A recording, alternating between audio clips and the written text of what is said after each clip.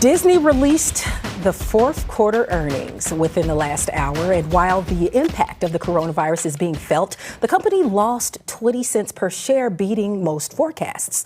The virus just shut down Disney's lucrative cruises, and the company's theme parks took a $2.4 billion hit after global closures and layoffs at the Disneyland and Disney World areas, and it forced the company's movie studios to scrap their release slate for much of the year. But here's one bright spot in Disney's 2020 story. Disney Plus, the streaming network, exceeded expectations with nearly 74 million subscribers, beating fourth quarter projections of 65.5 million.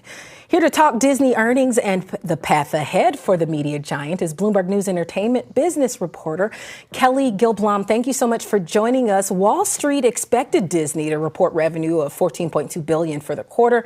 That was down 26% from a year earlier. But tell us a little bit more about how Disney did.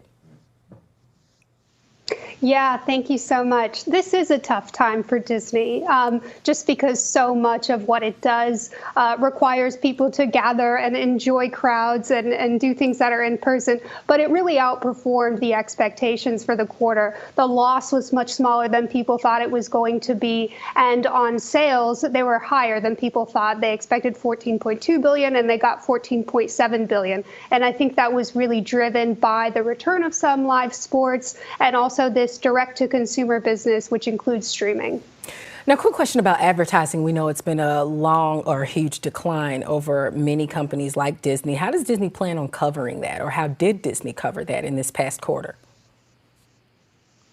So actually, you saw a rebound in some advertising at Disney this past quarter, and that's because of live sports. There were some events that were supposed to be earlier in this year, and they got moved to the previous quarter, championships in baseball and basketball. And so at ESPN, advertising was actually higher for them. And then at their networks, which include ABC, they got some boost from political advertising in the run-up to the election. So things are looking a little bit better in that area for Disney. Definitely a brighter spot than we thought. And last question for you, how is Disney bracing for a second possible wave or another lockdown for its parks? How's Disney bracing for that?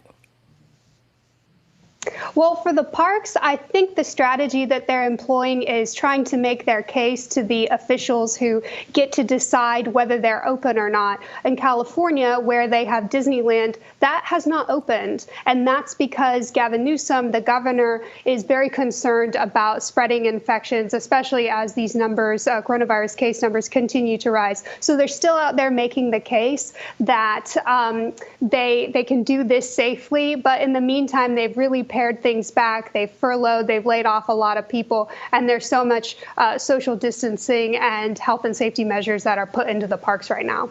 Definitely a mixed bag in those earnings, but better than we thought. Thank you so much for breaking it down to us, Kelly.